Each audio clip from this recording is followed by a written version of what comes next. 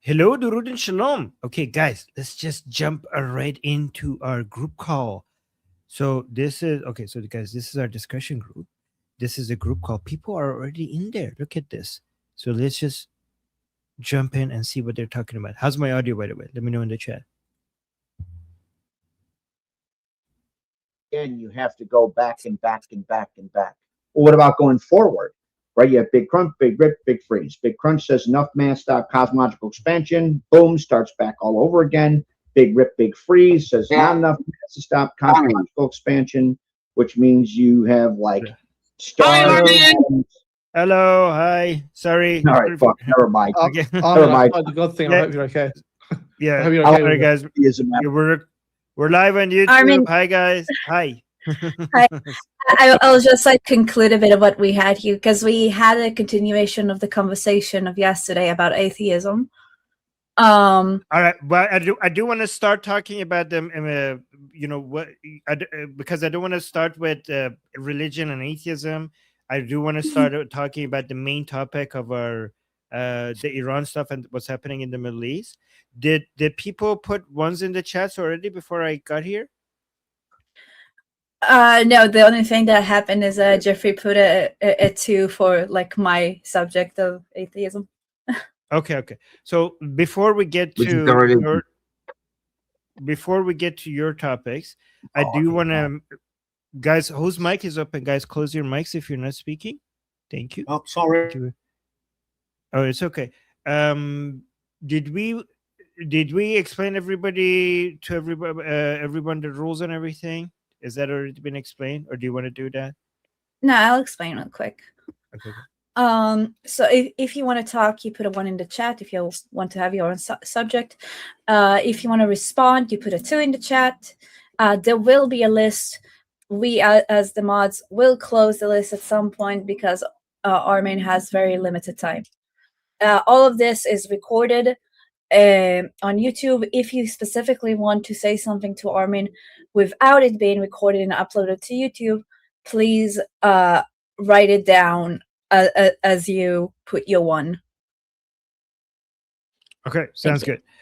Thank you. So, guys, I just want to quickly give you an update regarding something significant that just happened in Iran with Qalibaf. Qalibaf just yesterday, I think we already told you guys that Qalibaf came on state TV, and when he had a pre-recording interview that was supposed to be played on state TV, half of that was, around half of that was being played, but then the state TV cut Qalibaf's pre-recorded interview, and they started playing Ali Khamenei instead. And a lot of people saw that as an attack on Qalibaf by the Islamic Republic state TV, and the pro-Qalibaf people came out and demanded the rest. There's a lot of chaos, a lot of drama, and then eventually we got the second half, and the second half was exactly what we predicted, like what people were talking about that it is. But I mean, we could go into a lot of details regarding what it was and why they didn't want to show it, but I could tell you some of the most important parts, right? First of all, Qalibaf attacked all the people who are attacking him regarding the MOU, not signing the MOU, regarding the people who are against signing an MOU with the Americans, negotiating with the Americans. He basically came out and said, these people are not doing anything themselves. They only are chanting, and they think that chanting does anything, right? So he says, like, you're neither one of those people who are in the field fighting against the Americans and the Israelis, or you're not one of us who are negotiating in the battlefield of negotiations. You don't participate in that either. You're not helping in either one of the military battlefield or the political battlefield. You just annoying. You basically just come and chant. You keep like, oh, what about the blood of our supreme leader? Why are we not taking revenge for our supreme leader? Chanting about getting revenge for the blood of our supreme leader is not going to basically kill Trump or Bibi or Netanyahu. Like, it's not going to achieve it. You're not going to get revenge by just saying like, oh, let's get revenge. You actually have to make your country strong. You actually have to do something to be able to get revenge. I say, like, one day we will liberate Jerusalem. One day we will do something for Hezbollah. we will do that, but your chants are not helping at all. Like you're just being annoying, right? And he it to me it seems like he's trying to suggest that, guys, if you want to liberate Jerusalem and defeat Israel one day, we're gonna need a strong economy. If we want a strong economy, we need to actually, somewhat, like, I think this is going to progress in the future, saying we need to liberate the economy. We need to open the Strait of Hormuz, because the Strait of Hormuz is no benefit to us if it's closed. I think that's and he's going to basically say, yes, one day we will get revenge, but to be able to do that, we actually have to do something about the economy right now to be able to afford all of this military stuff anyways. So I think eventually it's going to evolve into that. Another important part of what Qalibaf said on state TV was regarding the IAEA coming, because a lot of pro-regime, anti-negotiations elements within the Islamic Republic are terrified now that you sold the blood of the supreme leader for a bunch of corn and hay. Now you're going to also humiliate us even more by allowing the IAEA inspectors to come inside Iran. So, like, not only you're not getting revenge, you're going to humiliate us by allowing the people who killed our supreme leader to come inside Iran and basically search everywhere inside Iran, which is like nothing could be more humiliating. And Qalibaf, he said, like, it came out, and the second part was saying, like, hey, no, guys, that is all a lie. The IAEA inspectors will only be inspecting Tehran and Bushehr. They're not going to be inspecting Natanz, Fordo, and Isfahan. They're only going to be inspecting Bushehr and Tehran, which was a bombshell moment, because he basically confirmed that, yes, the IAEA inspectors are going to be allowed to come into Iran, which is like, by saying, like, guys, don't worry, they're only going to be inspecting this part, is actually a confirmation that they will be allowed inside Iran. So it seems, this is why I was telling you guys that what's in the MOU is not the same thing as what Qalibaf is agreeing to give to the Americans, right? So a lot of people are pissed off at the MOU, but I suggested that maybe, like, the MOU is just a marketing document for the internal audience. The real agreement is what we see will happen between the Americans and the Islamic Republic. And I suggested that, for a few weeks now, that it is likely that Qalibaf is trying to give to the Americans a lot more than what you see in the MOU. And we're getting a lot of signals from the Americans that that's the case before, but now finally we're getting the signals from Qalibaf that that's also the case as well. Another thing that he admitted, and this is the part that is getting the most attention.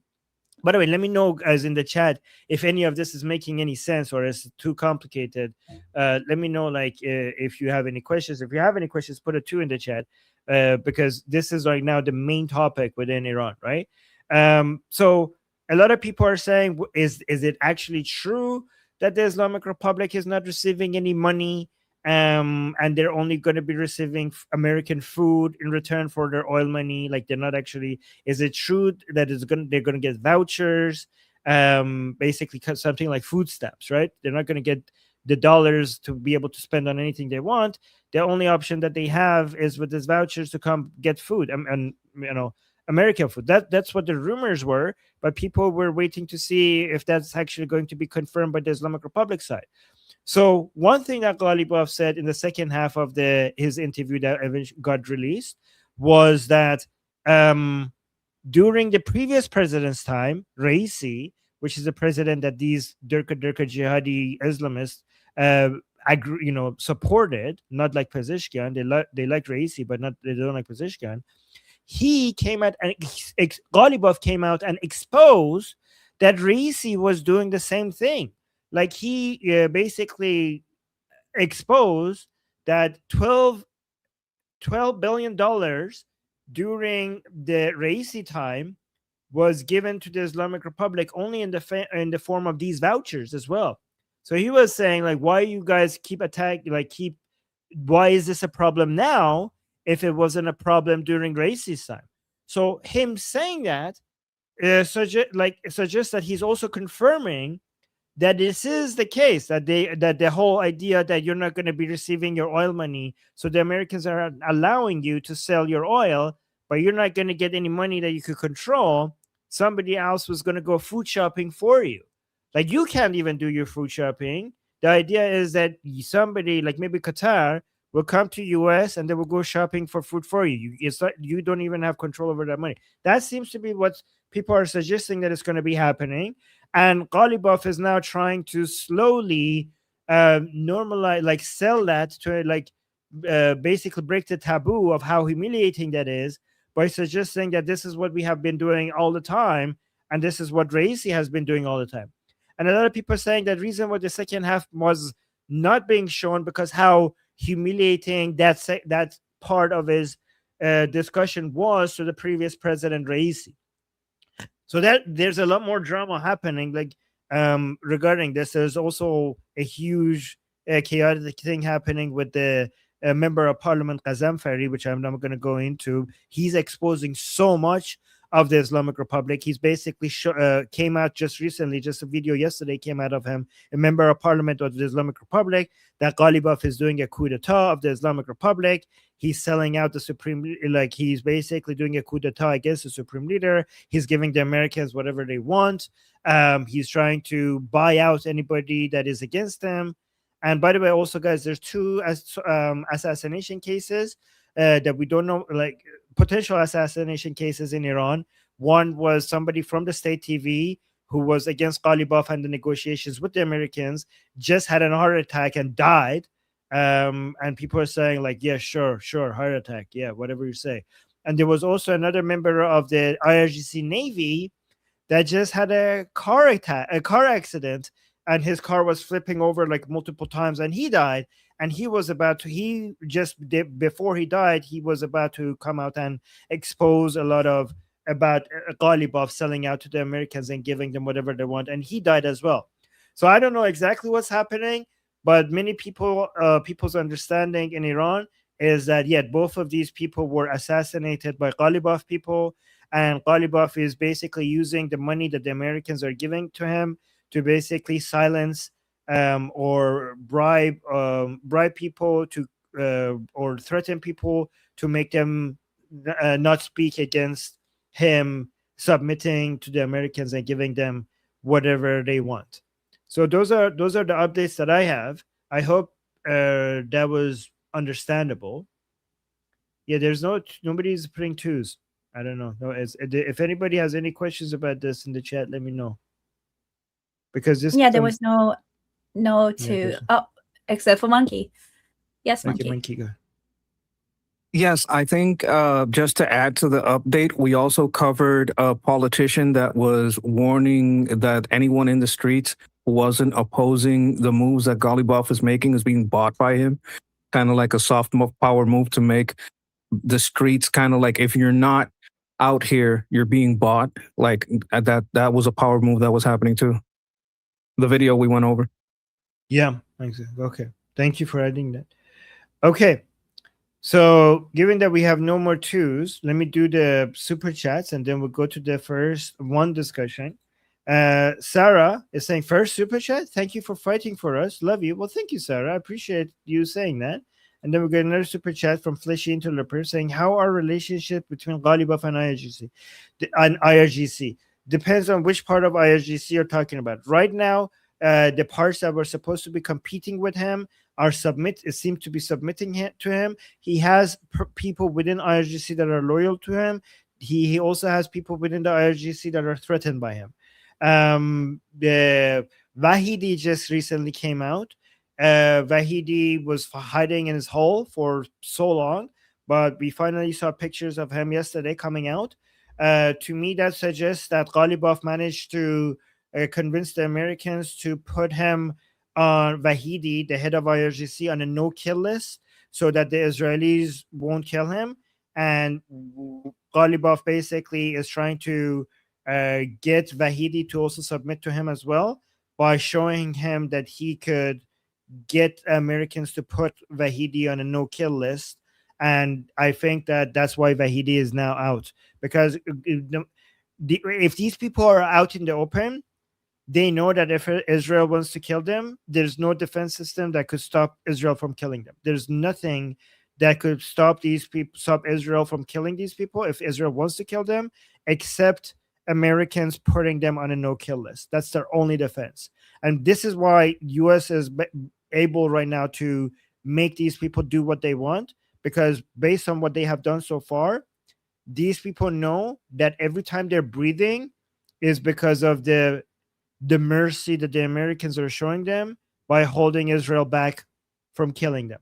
That's why they get to breathe, because America has been kind enough to them to put them on a no-kill list. And that's why it's easier than ever for United States to have their inside man in the Islamic Republic and basically change things internally, which is actually a lot more cost efficient than military operations. Again, so I'm not saying we shouldn't have military operations against these people, but during the ceasefire, I think the United States is very efficiently using more cost efficient ways to reduce the power of the Islamic Republic from the inside. And then Fleshy interloper with another super chat saying Qalibaf has come onto funds. Yeah, exactly. The money released from a lot of the, I think the United States are giving him some spending money and some leverage to go around and do what they need to do what they need him to do. All right, so those were the super chats. Okay. There's also a response from Peter. He wrote it down, so I'm going to read it. Are we likely to see a regime change at this point, or is the IRGC going to be directing terms for the rest of our timeline as civilization?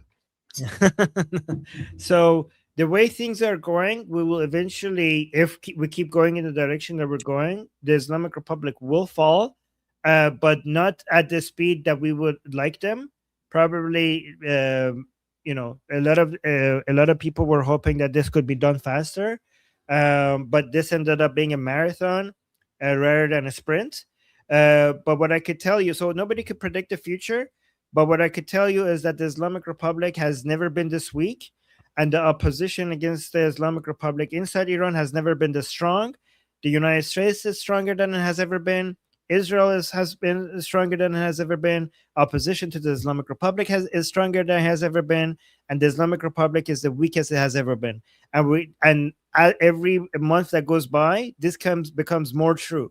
So if we keep going in the same direction, eventually the Islamic Republic will fall. Okay, and a response from Kathy?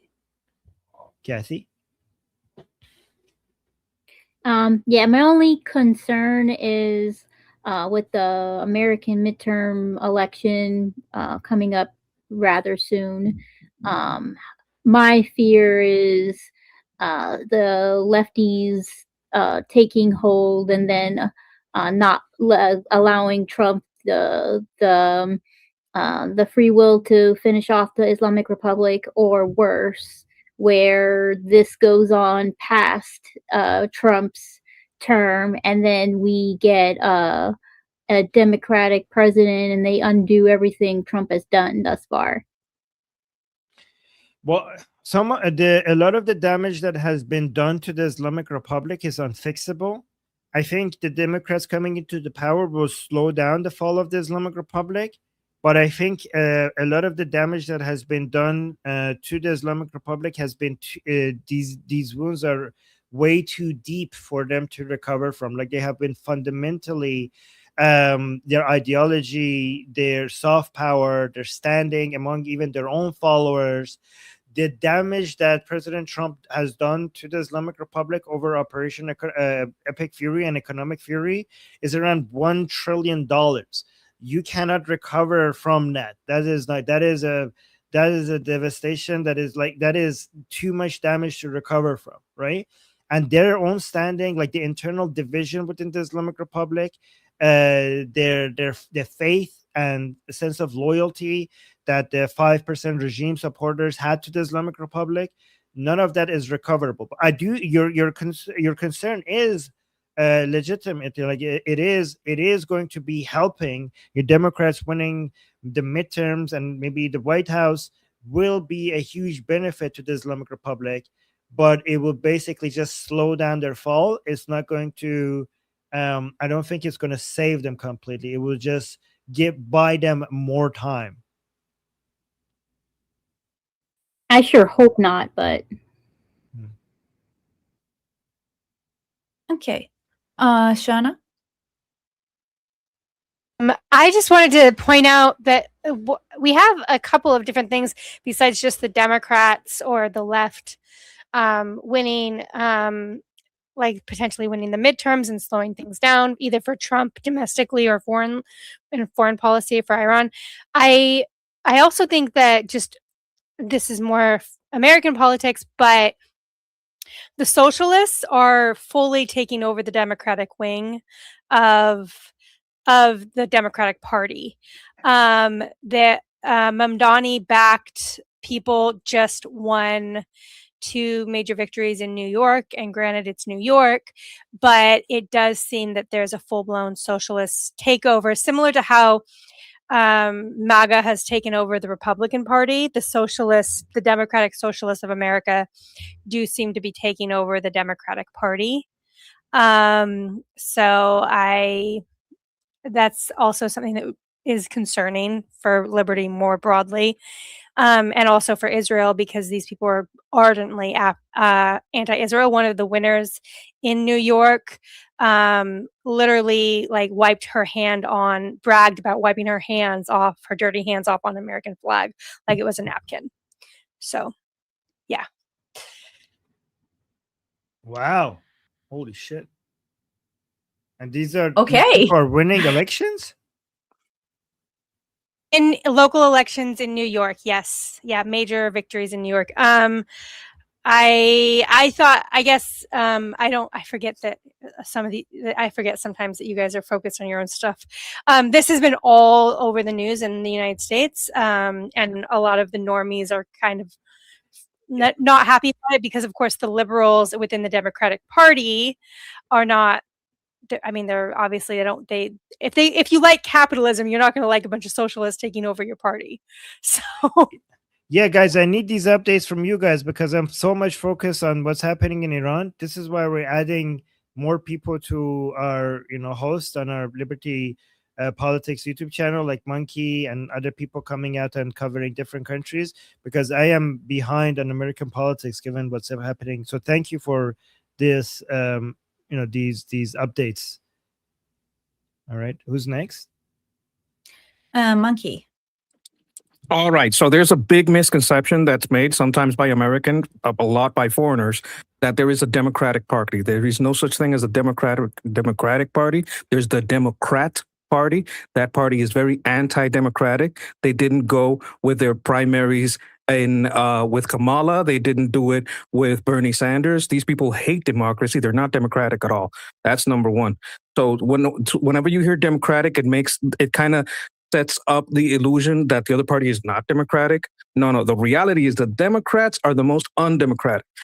Aside from that, when we're talking about the DSA, these socialists are winning primaries. Now, what does that mean? It's that they win the candidate that goes to the primary.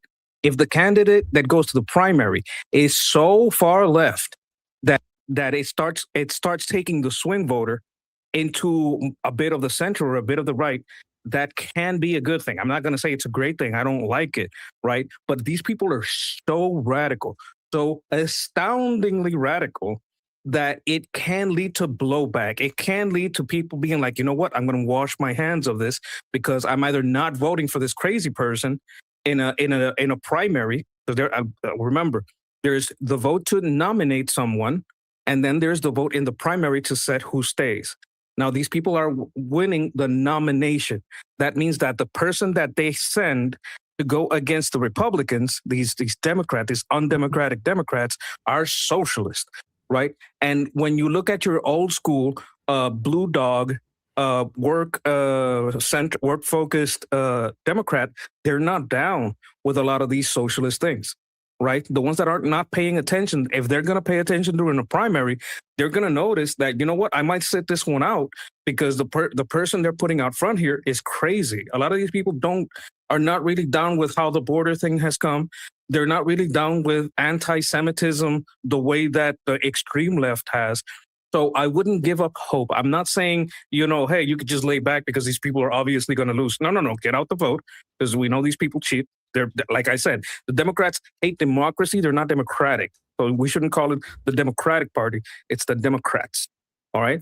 But don't give up hope. Get the vote out.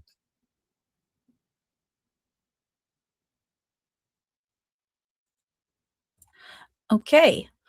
Armin, you want to close out that subject before we move to another We had one? a whole bunch of other twos, don't we?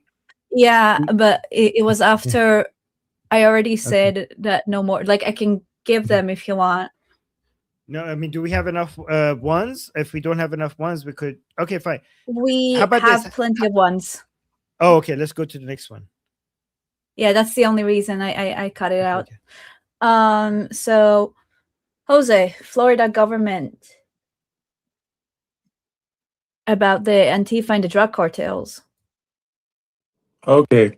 Florida Governor Ron DeSantis just made and named Antifa, CAIR. I don't know how you want to pronounce that, Armin, but you know who they are. The Islamic Congress, CARE, yeah. And all drug cartels named them as terrorist organizations. Now they have specific Florida laws that apply to them. And if I told you guys that they've already outlawed Sharia law in Florida. This definitely puts a 3x4 in the Muslim and Antifa. So Antifa does anything, they'll be labeled as terrorists, arrested and tried under that law. So if a Muslim does anything, CARE has to be very careful who they support, because they might just get these Muslims that are praying in the middle of school campuses and having students that call them out for it expelled, lose their scholarships. They just might have a problem. I just wanted to bring that up to you guys to let you know that not everybody in Florida is, or not everybody in the United States is docile. We do have people in this state that definitely are getting sick and tired of being told what to think and what to do. Wow. Okay, I saw somebody wanted to talk about this, respond to this. Yes, Kathy. So, yeah, can you hear me? Yeah. So, so Ron DeSantis did pass a law banning Sharia law. I know that Texas is also in the middle of doing the same thing. I'm not quite sure if they already have. And usually I've noticed whatever Florida and Texas does, not that long after, the rest of the country follows suit. So Ron DeSantis has done a lot of great things for the state of Florida and has made the state of Florida a safe state. Texas is following right behind. As a matter of fact, there's a city in Texas, I think it's called Epic City, where Texas government has banned them from creating Epic City, which surrounds the mosque that is known as Epic, and they're trying to create a city within Texas that is only Sharia law. So I thought that was a good thing that Texas did, and that they're not going to follow behind and doing the same thing the state of Florida did. Okay, Monkey. Yes, I wanted to go over what are the broader implications. So they have a ban that means that they can't have government funding or use government property or resources. That includes education, universities. stuff like that. So they can't be using their resources, and they have no place to like organize in there. And there's a material support penalties. So like providing material support to these agencies or these NGOs or whatever. And they will have penalties. Like if you're in the government, or if you were like, let's say you have a news station, you have a newspaper, and you're giving these people a platform. I don't know if it goes as far as that, but if you're like a hotel and you're organizing a ball for them, you may get fined, something like that. I'm just spitballing here.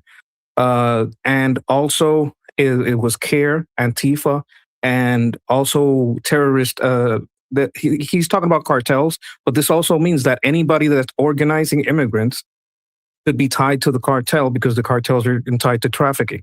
So if you have organizations that are in any way involved with trafficking people and getting them to Florida or through Florida, that would mean that you have more leverage against the people that are assisting these immigrants, illegal immigrants, because they are involved with traffickers. That is literally how a lot of them come over.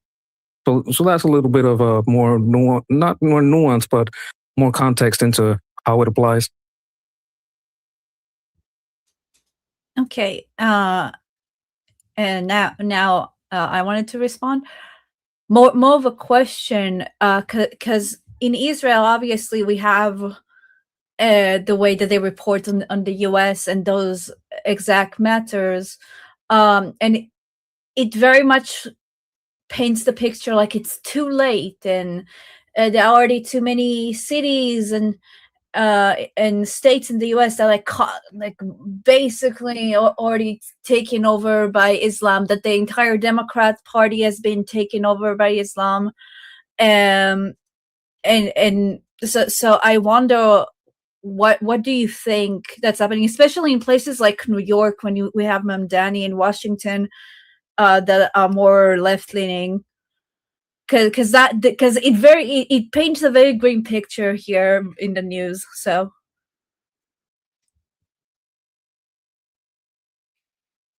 maybe Jose, you want to answer that? Yeah, I can answer that. It does look to a lot of people that, let's say, Seattle, New York City, and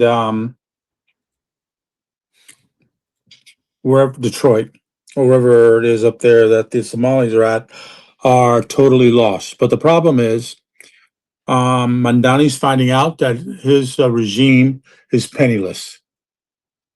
Okay, they are supposedly he's going to have to fire police officers. So that's going to bring utter anarchy to them. Okay, the candidates that he's backing are so radical that they're scaring the standard Democrats that are not going to be running for office. They already have their guaranteed office. They've already had the gall to say that, what's his name? Hakeem Jeffries was on their hit list to get out of power in the Senate. Well, not many of them are going to be running for the Senate seats. They're running for Congress seats of the House. So they're not going to be able to do much about that. But, hint, hint, hint, hint, hint. Or Schumer's the one in the Senate. So hint, hint, not so much.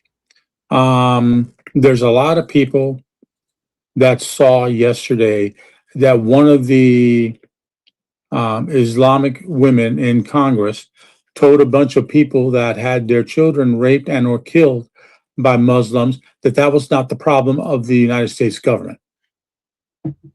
To her face. And all the people on the board around her, they didn't say shit. Well, it wasn't reported that they say anything too, because they only have 3 minutes each to speak. But that's the kind of stuff that you're probably getting reported on. Just to let you know, we are as armed as the average Israeli. Some would say that we are more armed because we got some fanatical idiots that are armed. And I don't think people understand that the reason for the Second Amendment is to prevent a hostile takeover by a government. Okay? So, surprise, surprise. Free speech and Second Amendment go hand in hand. There goes the jaws agreeing 100%. So it's something that you need to understand. What you hear is the same thing that the Europeans were hearing about the United States being a terrible country, and they came over here for the World Cup. And what are they posting all over the place on the on YouTube? How they're shocked, how nice the Americans are, how the food is fantastic, how they're having a tremendous experience. Ask the Scots, ask the Norwegians how they're doing. The Scots are out, but they literally outdrank the city of Boston bars and the city of Miami bars for the weeks that they were there. You know, they did better business than they have on any. The big night in Boston for beer drinking is St. Patty's Day. They quadrupled St. Patty's Day sales in one night in Boston. So, yeah, I believe half the stuff that I see, and I don't believe everything that I see. And to our Israeli friends out there, don't believe what you see. Just because a person gets into power doesn't mean they stay power. What no one's telling you is Mandani's trying to open a free grocery store. It's going to be the only grocery store in New York City. All the chain grocery stores have bugged out. Completely bugged out. All the big money corporations, bye-bye. They're heading to Florida, they're heading to Texas. Okay, just like the California big money is heading to Florida and Texas. Okay? I'm surprised they hadn't done it sooner. The New York Stock Exchange might become the Texas Stock Exchange shortly. That's how badly damaged he's done to that city. Okay? The rest of New York, the state, I doubt it'll turn red, but it might turn what Monkey calls purple, where you have a 50-50 split because of Mandani. They don't want Mandani to spread to the rest of the state, and they have a governor that's on lockstep with him. That's why he's doing so much damage. Chicago's a different story altogether. They got a person, and that is the mayor of Chicago that's run all the businesses out, including the Chicago Bears, which for American football fans, you all know that that is a death sentence for him as the returning to politics in that state. Okay, because they like going to the Bears Stadium, Chicago, the Soldier Field, to watch football games. They'll go in the freaking snow of a blizzard to watch a football game there. Okay, now they got to go another 20 miles away in another state because this guy forced them out by raising the taxes on them to an unheard of level. No, sorry, there's a problem there. California is the reason why the West Coast has high gasoline prices.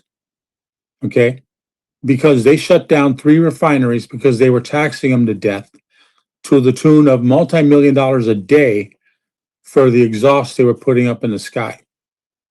Okay, the exhaust that was so small in comparison to what China's putting up in the sky that it's a joke. But they were being taxed for it because they just love taxing people. The British can tell you all about taxing. You know, they're having a problem with that themselves. With those refineries being shut down, the oil being produced now has to be trucked in from Texas, or I think it's coming in. I don't know what other state on that West Coast has oil refineries that can handle it. When you attack the big oil companies like Newsom did, yeah, it looks like America's falling because you have California, you have New York, and you have Chicago falling apart. But the rest of the country, we're seeing that. So it's like I tell we have an Israeli person that posts a lot of stuff that comes from Israel onto the chat group. I see a lot of misinformation in that stuff that I seriously doubt many of the Israelis in this chat room would agree with. Okay? And it's the same thing. News media cannot be relied on to give you the truth. You want the truth? Come on here and ask us. We'll be more than happy to fill you in. Let's go to the next person. Okay, next person. Monkey. Yeah, there is a misconception in foreign news, and this has been proven by the World Cup, that in global news we are treated very badly, and we are defined by the four most terrible states, all of them Democrat states, not Democratic, Democrat. And because of the crime in these Democrat-run states and the terrible situation in these Democrat-run states, and there's 50 states and even more territories, right? So if you count all of the U.S. land, you know, things are not as bad as what is expressed by people who have they have a plan, they have an intention of manipulation when they speak about the USA, probably you know, relating to their local elections. Oh, you don't want to be like this guy because he's an American and he's with the Americans, and look at how terrible America is. And then they'll show you the worst of America. So you got to understand that for their local politics, they will show you the worst of America so that they can manipulate your vote and say, hey, you don't want us to be in line with them. Right. So as we have to do when we hear about how they talk about Israel and they twist what Israel, you know, how our partnership works, they will also twist how things work in America. Right. So Israel is a great partner. America is in hell. But the people that don't want us to work together are going to tell you America's hell. And they're going to show you the worst places. Oh, the gas is high. The gas is high in your Democrat-run city because you have the highest taxes on gasoline. That's why there's no relief. It's not because things are terrible in America. Like maybe in the other 45, 44, 46 states, everything is fine, right? But in the places where they run the place, where the lefties run the place, things are terrible. And the people that want to use that in the foreign press are only going to focus on the worst places and talk about the murder in those places and how people can't defend themselves and they're being run over. I mean, like legally, like the laws are working against them and they're getting, flooded with immigrants. Yes, that happens, but it happens mostly in the places that are run by Democrats. So you have to be very mindful that your local politician and your locally biased news isn't using the worst of America to foster their goals. Okay, thank you. Now, Kathy. You can skip me. Hossa said what I was going to say. Okay. Shauna? Yeah, I just wanted to kind of reiterate a little bit. 100% what Monkey was saying is, and Jose was saying is correct. What I predict actually happening is that, and this has happened before in our 250-year period, the great cities are just going to change. Where the power belt is culturally and economically is just going to shift and change. This has happened before in our history. So I predict, yes, New York is falling apart. Chicago's really going through it right now. Seattle's a dump. Those things are absolutely happening. But I think it's just going to be a power switch. The energy and and there's going to be energy and migration and things like that going on. And I think that's just what's going to end up happening is it's going to move. The energy is going to go back to the South. The South is rising again. In a new capitalistic form. But yeah, and also another point that Monkey kind of touched on, but just to sort of say is a lot of our news media in America is centered on the coasts. And so it's called the flyover country. So when you're talking about international politics, they're getting their sources from coastal people. So even if they're trying to be honest brokers, and I'm not saying that they are, but let's give them the benefit of the doubt and say they're trying to be honest brokers, they are only getting it from the coasts. That's where they're getting their news from, is from their touchstones on the coast. So that's another factor, is it's very hard to understand what's going on in the middle of the country.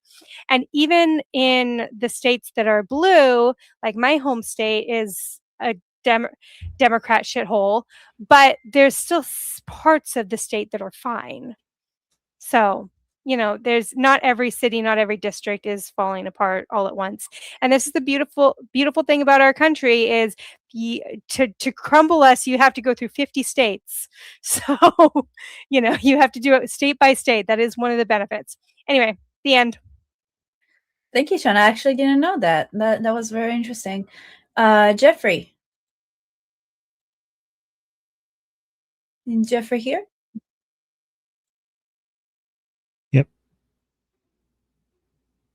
Have the impact of like demonstrably suboptimal public policy, legacy policy pushed by leftists with regards to refineries, with shutting down alternative production of oil and natural gas, like all kinds of stuff. This actually is going on right now with regards to AI. There was actually a bill put forward in New York State. Well, it's this crazy shit that was folded into it, which said, if you're going to have like an AI center here, because we know that they need that, we're going to try and milk them all the things to push for our commie bullshit right before the vets start responding. You better sit there and have to, if you're going to build your AI data center, you have to put solar panels on all these houses and shit. Nobody wants that shit, man.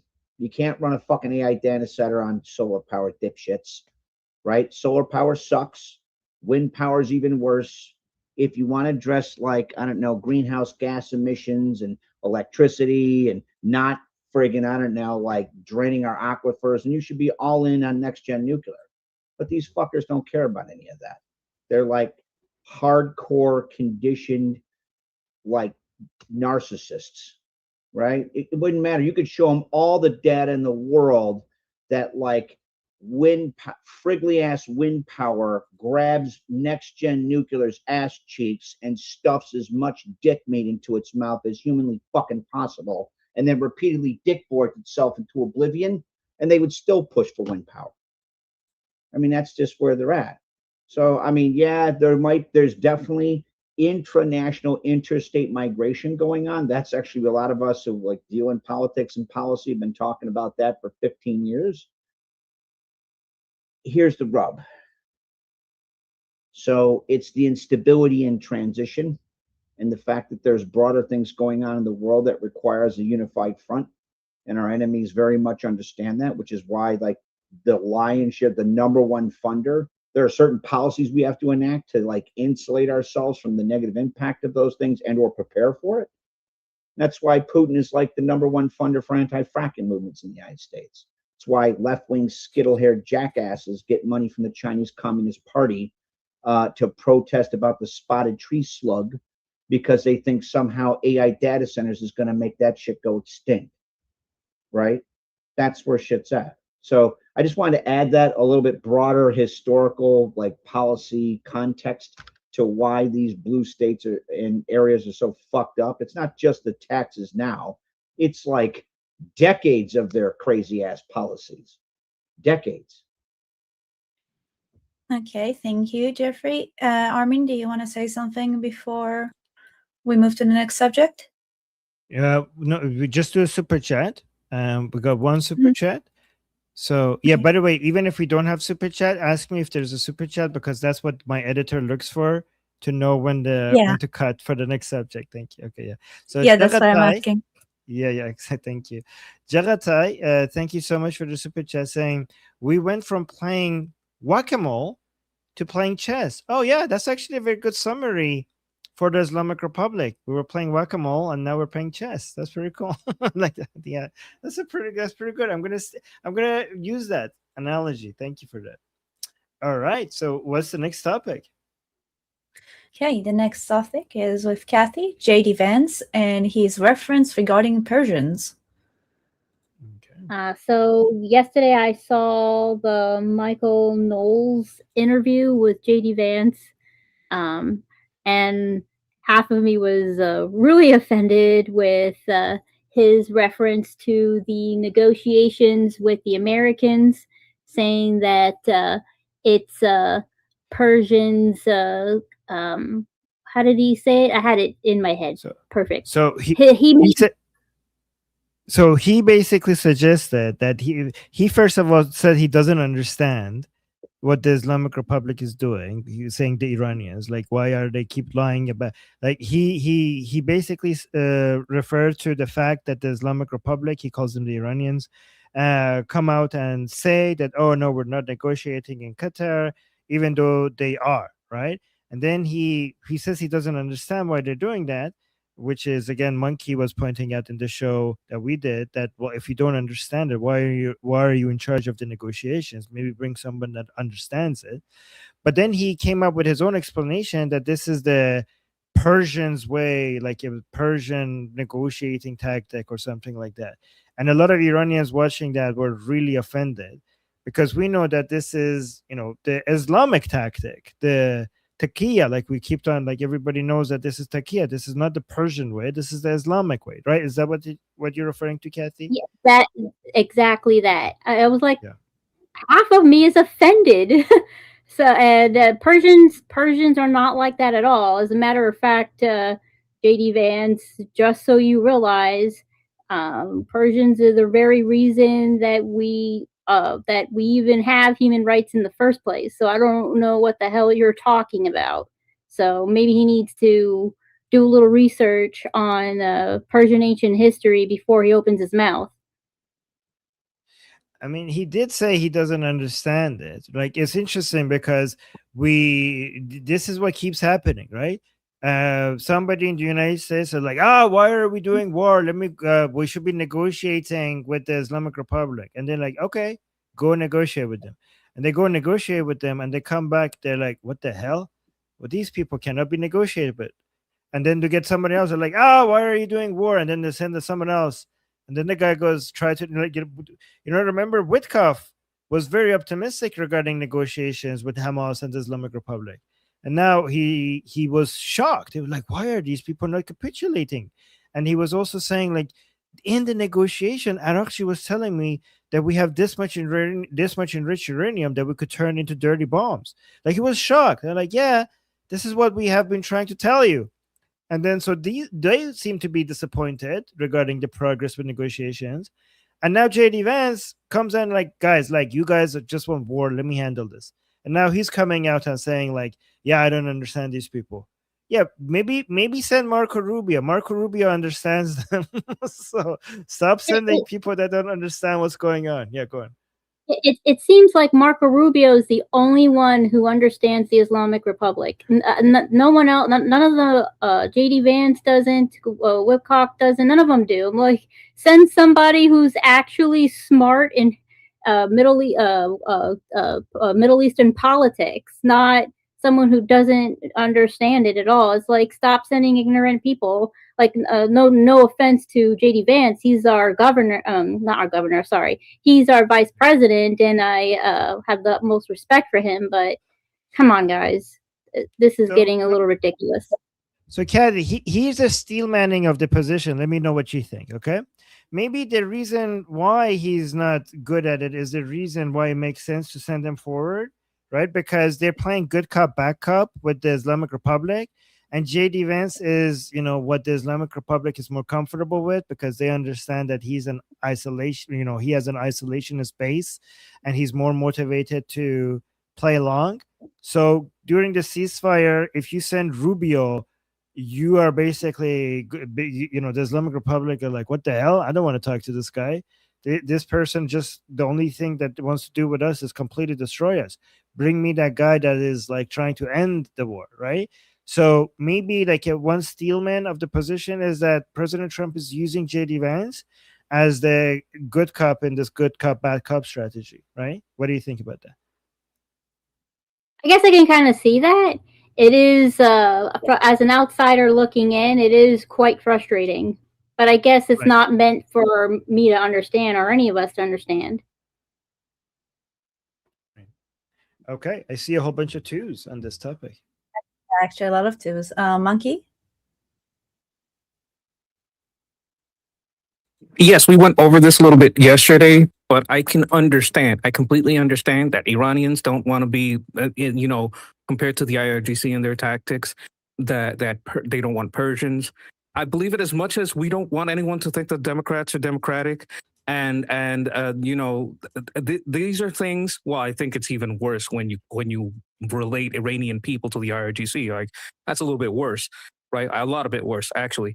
And I think he may be playing the clown, but I found it very difficult to steelman his position. I know Armin was more effective in this than me, because I think that whatever position he's trying to portray, he could do that without basically, oh my God, how can I say it? Without being so rhetorically inflammatory against Israel, against what is the reality of the people in Iran. I think it's kind of ridiculous, and it's getting really, really hard to push 5D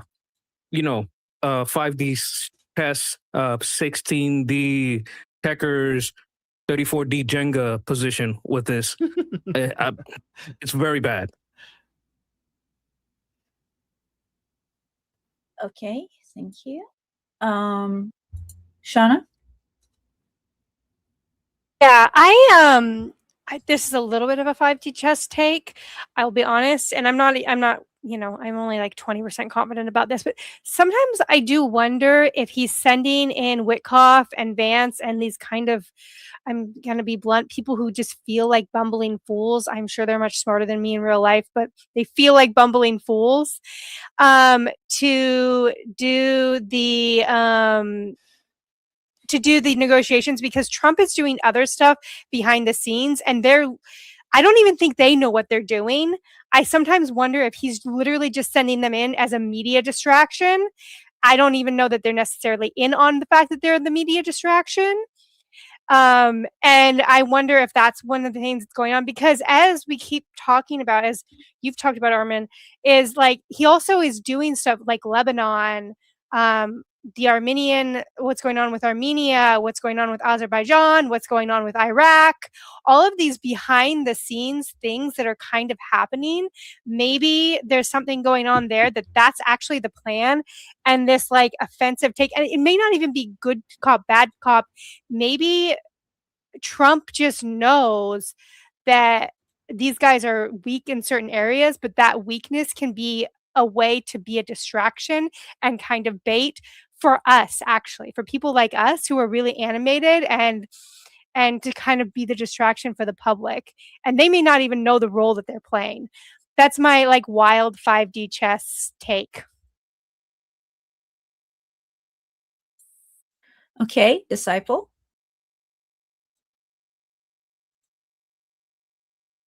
Disciple, are you here? Disciple 1, Disciple 2. Richard, let's go to next. Yes. Thank you. Yeah, I just wanted to quickly mention, I do think that while Marco Rubio might be the only official in the current Trump administration who understands Iran, that wasn't the case historically. Might be a little controversial, but another former official who had a brilliant take on Iran, unfortunately, was John Bolton, who's about to report to federal prison, I think, this week. So sorry about that. Okay, Richard, you sound like God for some reason. You have echo. But that was pretty epic. Very, very angelic of you. Is that better? Yeah. It's No, the no. same. It was a revelation. I don't know if it's the mic. Can you hear me now? No, we could hear you all the time. We could hear you twice. But that's okay. Yeah, we got It's it. okay. Thank you. Yeah. Nithani? Yeah, just following up on Armin on your good cop bad cop take. Do you think that JD is playing? I mean, if this is true, I understand the speculation, but just to add to the speculation, do you think JD is playing the role that Trump wants, or does he have his own ambition? I mean, I suspect even if they are playing a good cop bad cop game, I think Vance has his own ambition, and he has a kind of a circle, a kind of an intellectual circle that includes people like Sohrab Ahmari and Curtis Yarvin, and I think that he's sort of reflecting their own fantasies about the Middle East in some of the things that kind of frustrating things that Vance has said. For example, like we could turn over a new leaf with the Iranian people, through this deal. So I think that these are more reflective of those fantasies.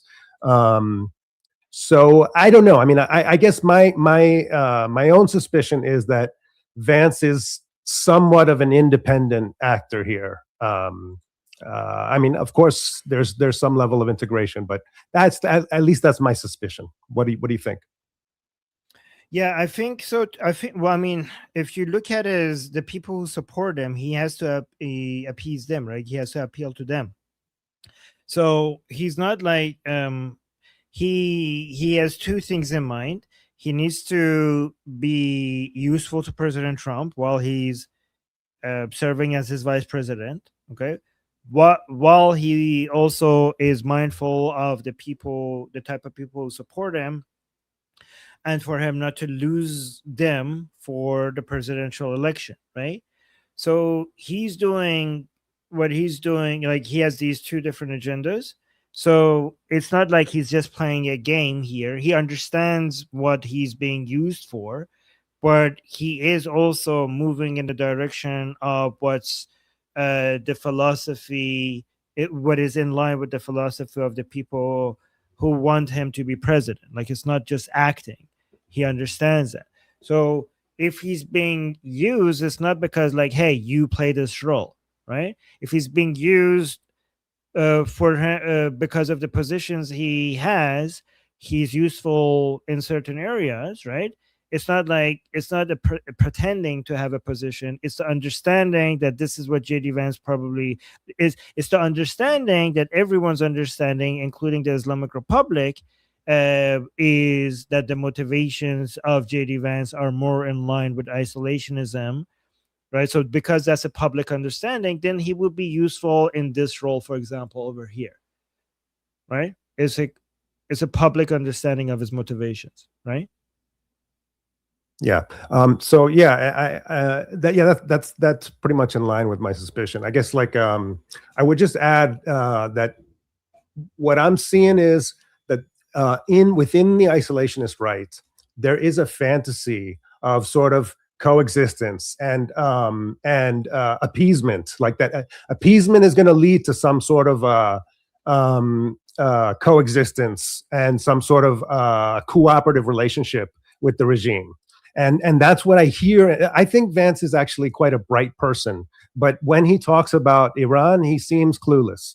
So it seems more in line with reflecting a fantasy. Like, we want to believe that the Iranian regime is just misunderstood and that we can adjust our relationship with them and have some sort of cooperation, and ignore the fact that every day they are chanting revolutionary expansionist slogans and that all of their actions are in line with this expansionist revolutionary jihad. So that's kind of what I'm seeing with Vance, and why I'm troubled by him. Yeah, to be fair, the Islamic Republic has done a very effective job in funding a lot of so-called experts in Washington, D.C. to produce material that has been the source of a lot of what many think tanks use as their source material for analysis on the Islamic Republic, right? This is what, like, NOYAC has been the group NOYAC has been very effective for a very long time. So much of the analysis in Washington, D.C. was based on material produced by people associated with NOYAC, who were basically created by the so-called reformists arm of the Islamic Republic. Only now whether it comes to the leftist or the isolationist right, if you keep tracking down where they get their understanding of what the Islamic Republic, like, for example, the basic understanding that, they don't really mean it, death to America is just a chant, their strategy, what they actually want is something different. This all comes from these ways of thinking. But the good thing is that organizations like FDD and Nufti are now becoming more and more influential in the United States, and they're adjusting for that. Okay, thank you. Disciple, you wanted to try again? Okay, I think I finally got it figured out. So it's good to finally join you, Armin. So yay. Yeah, good. Yeah, when it comes to JD Vance, honestly, I think that the part of the problem with him and really with a lot of other politicians, is that the mindset, honestly understanding the mindset that the IRGC has is so radically different. It is so radically opposite of anything that we in the West here think. I mean, these guys think democracy, hey, if we just, concede this, we can broker a deal, right? And that's just not the case. That's just not the case. And the other thing that, others have kind of mentioned as well is that he's got to think about the midterms. And unfortunately, a large crowd that he has to think about, Trump's got to think about as well, are the Nick Fuentes types. They're problematic. And so they have to think about their vote as well. And so they're kind of on a razor's edge when they're using the rhetoric that they do. So it's tough. It's honestly really tough. So I think that is probably part of the reason that Trump has sent J.D. Vance in for negotiations at times has been, and you've mentioned it before, Armin, to teach him, hey, let's see how it goes. And then he sees how crazy they truly are. and he's learning. So again, I think for a typical Westerner, it is so hard for them to think about that because we think about life, okay, preservation of life. These guys don't think that, not even close. The idea of them literally praising death is insane to the Western mindset. It is literally that insane. So we have to think completely opposite. And I think that Rubio really truly is one who does understand this. He understands how crazy they truly are. He gets it. Trump, I hope, gets it. J.D. Vance, I don't know.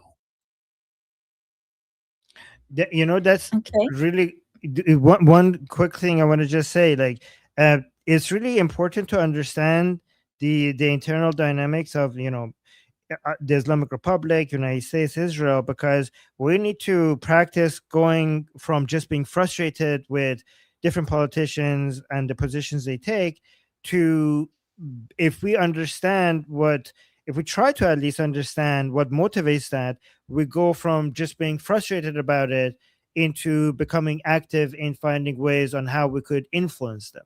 So I really appreciate. Yeah. Can I add a real quick thing, Armin? Yeah. Because I think it actually is kind of really key. One of the guys that I followed here, that I followed, Amir Sarfati, there in Israel, and Amir made a comment I think that was really pretty insightful. Amir said, kind of, I think, speaking kind of for Israel itself, and really what he said is before October 7th. That we Israelis, he was kind of speaking that we Israelis were really approaching, the Palestinians and everybody there as Westerners. And they realized that they had to think Middle Eastern. So I thought that was very, very insightful that, he felt that before October 7th, that in general, Israelis were thinking as Westerners. And that was what really changed them to think, wait a second, we have to think Middle Eastern. Interesting. I'd Maybe say Mizrahi. Lean into the Mizrahi side of you instead of the Ashkenazi. Yeah, I feel like Mizrahi Jews pretty much knew from the start we were. That's a whole other subject for another time. Okay, next, Saber wrote, mods, please bring this up. Persian had musty or rusty. It's illegal to drink alcohol in Islam or in the Islamic regime. Quit calling these idiots Persians. Okay. And Kathy, close that subject up, and then the super chats. So another point I thought of that I wanted to make is this is I understand what you're saying, and what you're saying makes a lot of sense, Armin. But this is the fastest way to push the Iranian people away. Like I'll tell you, I've had many discussions from my family in Iran, and it's already at a point where they feel that the United States doesn't care about the Iranian people at all, and only Israel cares about the Iranian people. And I have to assure them that the United States does. So that's really one of my main concerns with this type of JD Vance talking this way about Persians. So to these Iranians who think like that, I think we should say this, right? First of all, Israel is not one person. United States is not one person. There are many Israelis. There are many Americans, right? And they have different views. There's a very diverse set of views in Israel and United States. So we cannot ever generalize what we say about Israel or America, right? We have people in Israel who love us, love Iranians, and there are people in the United States who love Iranians, and the opposite. We also have to understand that just like us Iranians who care about Iran and our interests more than any other country, should be expected that Israelis care more about Israel more than any other country, and so do Americans, right? It's not we appreciate it whenever an Israeli or any American shows love for Iran and the Iranian people. But we shouldn't be expecting people of other countries to care for us. If they do, we appreciate it. But if it's not there, why is that an expectation? Like it's not their job to come look after us, right? It is appreciated, and it could be encouraged, and it could be advertised for. But if it's not there, we shouldn't be acting like this is. We shouldn't be making this as if this is a demand that they should be doing this, right? It is true, though, that in Israel we have a higher percentage of Israelis that are aligned with Iranian people and therefore care about the Iranian people than in United States. But that's also because Israel is in the neighborhood. We share the same enemy. We share the same existential crisis. We have this similar values, similar enemies, and we have ancient bonds with each other. So we are very much aligned with the United States, but we're obviously more aligned with Israel when it comes to our interests, right? So this is just a natural. The fact that more Israelis are aligned with Iranians is because we have more aligned interests. So we shouldn't. And the fact that in the United States there's for example, more Israelis want the fall of the Islamic Republic than more Americans, but that should not bring us to conclusions to if the Iranians come up with the conclusion, okay, then let's give up on the United States and focus on Israel.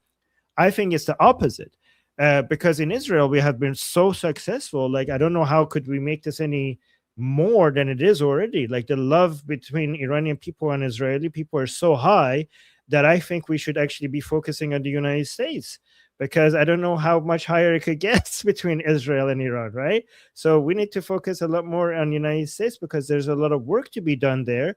So the idea that we should give up on the United States because we're so much more aligned with Israel, I have the opposite conclusion, because there's so much that we could gain from trying to build bridges with the Americans, and we do that not by attacking the Americans or show this like a lack of hope from the Americans, but also because that would do the opposite. We have built so many bridges with the Americans, and we need to work on those to make them bigger bridges and more bridges. So we shouldn't ruin all the connections that we have built with so many Americans that all of a sudden started caring about our Iranians. If we all of a sudden turn against them because it's not as much as Israelis, then all of that political capital that we have built will go to waste. And also, I think more Iranians need to practice when it comes to talking to Americans, instead of just giving a list of demands to the Americans as if like they're Santa Claus and they're supposed to be here and basically grant us wishes. We have to tell the Americans more about our mutual goals and why this is good for the Americans. We can't just tell the Americans like, oh, we want this, we want that. Islamic Republic is bad, we are suffering, so come help us. We have to actually demonstrate what exactly this is is in it for them. Like, how does this serve America? Because if they're supposed to calm Iranians because the Islamic Republic is bad, well, if I'm an American, I'm like, okay, should I go? Then should we also go save North Koreans? What about all the countries in Africa? Should we go and save every single one of them as well? Like, no, because the Islamic Republic is the enemy of the United States, and that has killed more Americans than any other regime currently existing. That is completely dedicated to destroying the United States, that wants to have a nuclear bomb and use it, has an expansionist, death cult, global domination philosophy that is against American interests all around the world. So that's what we need to communicate to more Americans, not just, hey, like, can you come please save us, we're suffering here. That is not the right way to communicate to the Americans. We need to show to the Americans why this is good for them. But I'm not saying anything against you. I'm just adding all of this because you just wanted to. No, I wasn't.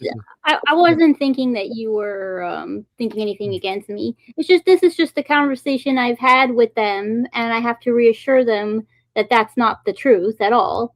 But I'm just also pointing out that JD Vance saying what he said definitely doesn't help the situation by no means.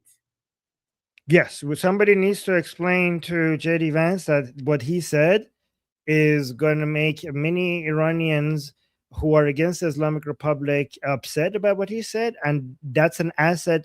And if people on his side think like, well, who cares if they get offended, we need to explain to those Americans that given that the Islamic Republic is the enemy of the United States and the Iranian people against the Islamic Republic are an asset to the United States, it would be a good idea to speak in a way for United States to be able to have them on their side, because they're useful to the Americans. The Iranian diaspora against the Islamic Republic is a useful tool for United States against its main enemy. So it's not a good idea to talk in a way that makes them offended by the U.S. government. It's good policy not to talk like that. Absolutely, because all it does is gives the Islamic Republic the upper hand by talking that way. Exactly. That's a very good point. I will also add that even with the bond Israelis and Iranians have right now, it wasn't as strong. In Israel's society as a whole, there was not too much awareness until two big points. The riots of 2022 after the death of Masha, and after October 7th, when we saw how many Iranians actually rose up, and even if it's in the diaspora that's trying to do protests and rallies for us, I think that was the biggest shift in Israeli mentality. A lot of people didn't know back then, and those two main events showed that the Iranians are not like the regime, because many of the young people didn't know that. Awesome. You have free super chat, Armin? Yes. By the way, Sapir people in the YouTube chat, or Amir was agreeing with you a lot, saying exactly Sapir.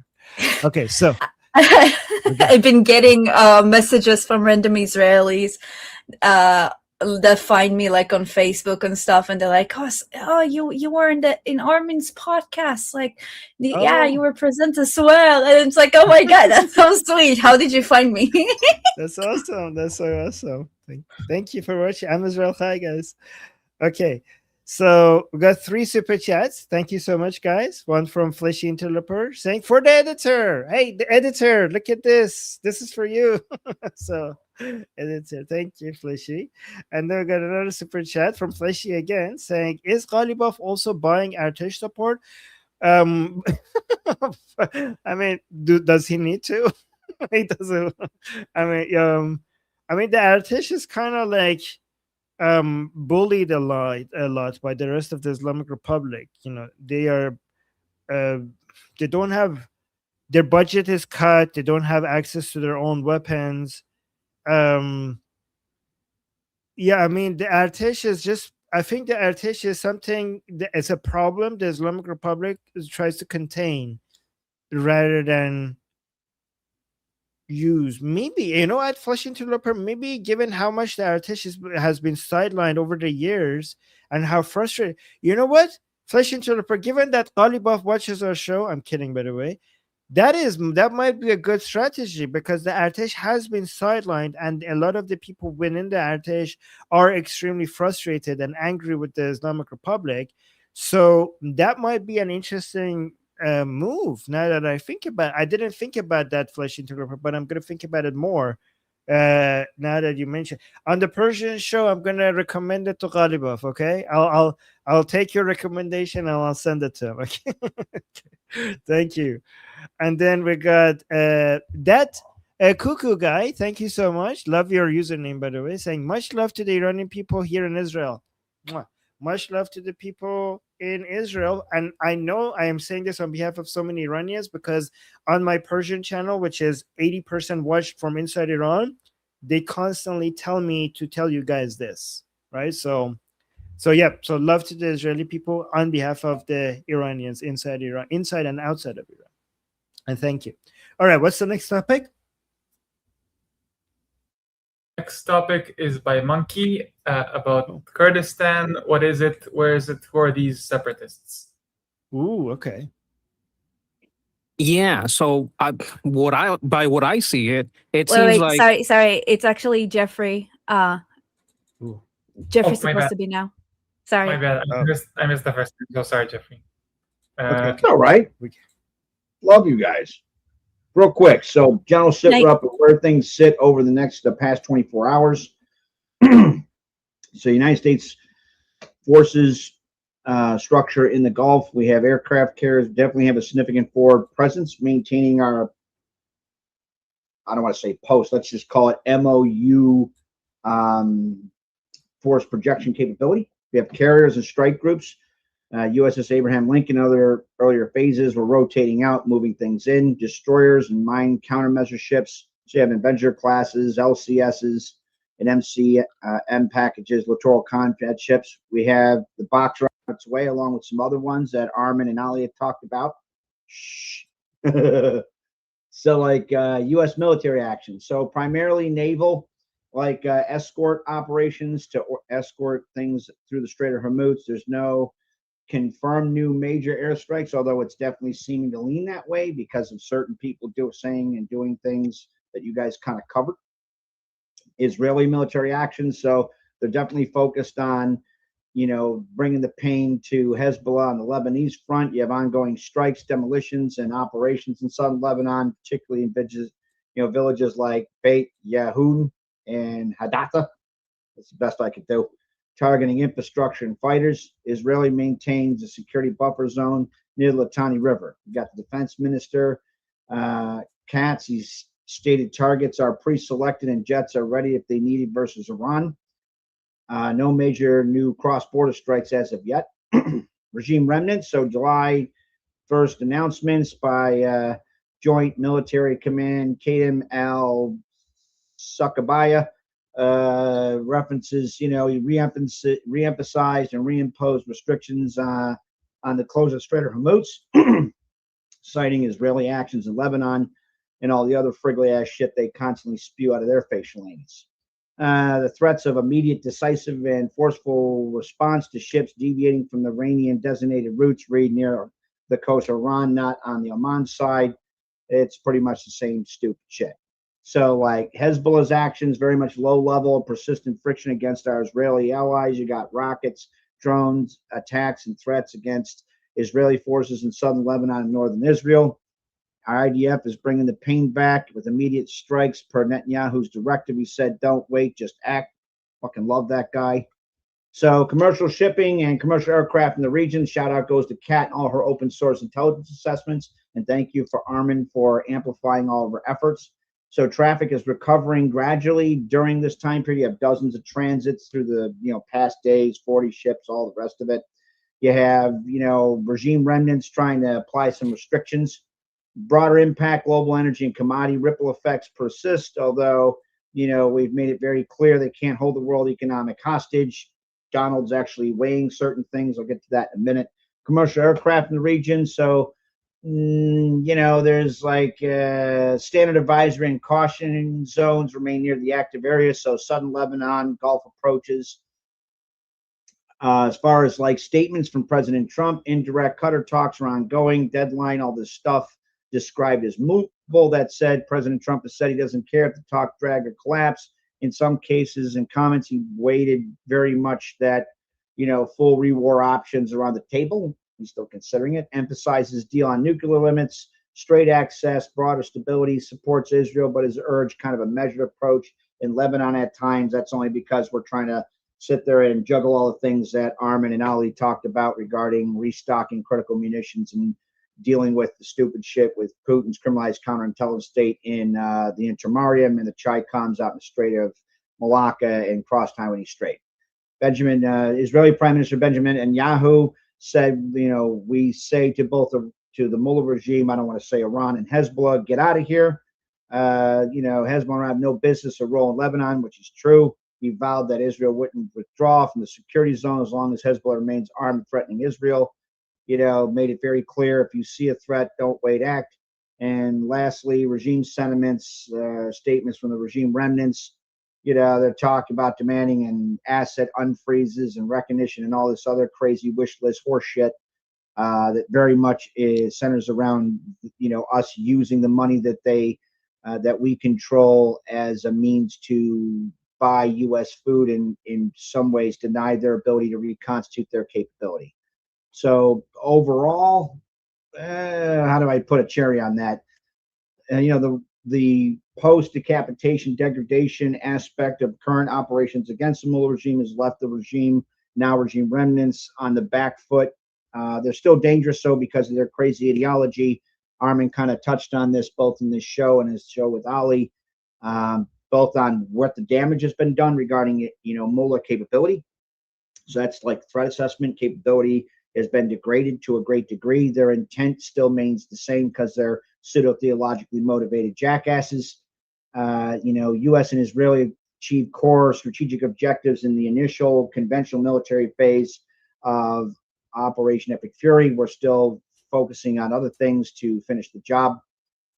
That's pretty much where it is right now. I mean, I just wanted to kind of put like a quick framework over it so people can sit there and use it as a flashlight and toolbox on how to maneuver through the past 24 hours. Either way, good job, Armin. Good job, Ali. Good job, Sketch, and all the rest of you. Love you guys. Thank you. Okay, thank you, Jeffrey. I don't see any twos, so let's go to the super chat. So super chat is for Jeffrey. Flesh Interloper saying, Jeffrey, did you say LCS and Avenger class? Jeffrey, come back. Yep, nodding. Okay. Sometimes called little crappy ship because it's not exactly a blue. Wow. It's definitely meant to operate in littorals, and we'll just leave that to people's imagination with the boxer coming. Cool. Awesome. All right.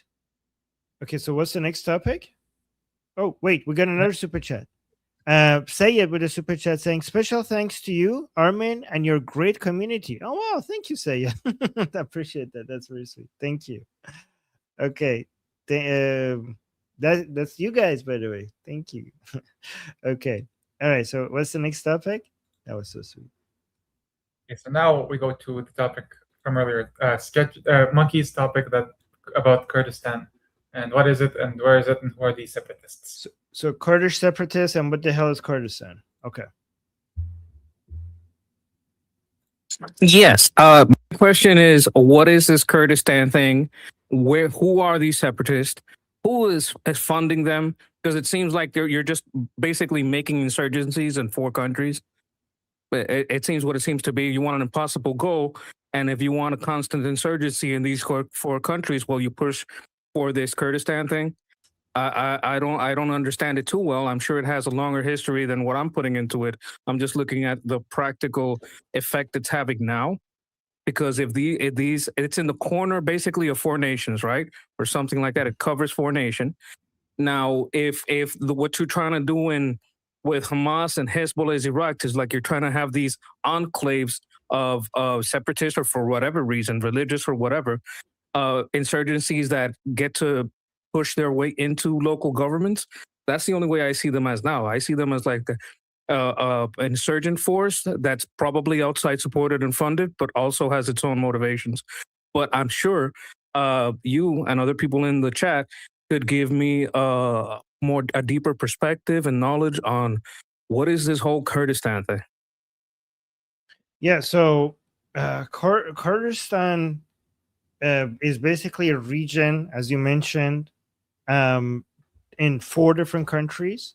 It's not a country, okay, and it will never be a country. But it is a region. It used to be all part of Iran, the Iranian Empire, and that's why from these 4 countries, only the ones who are in Iran feel at home, right? So we have the part that is in Turkey, the part that is in Iraq, there's a part that is in Syria, and the part that is in Iran.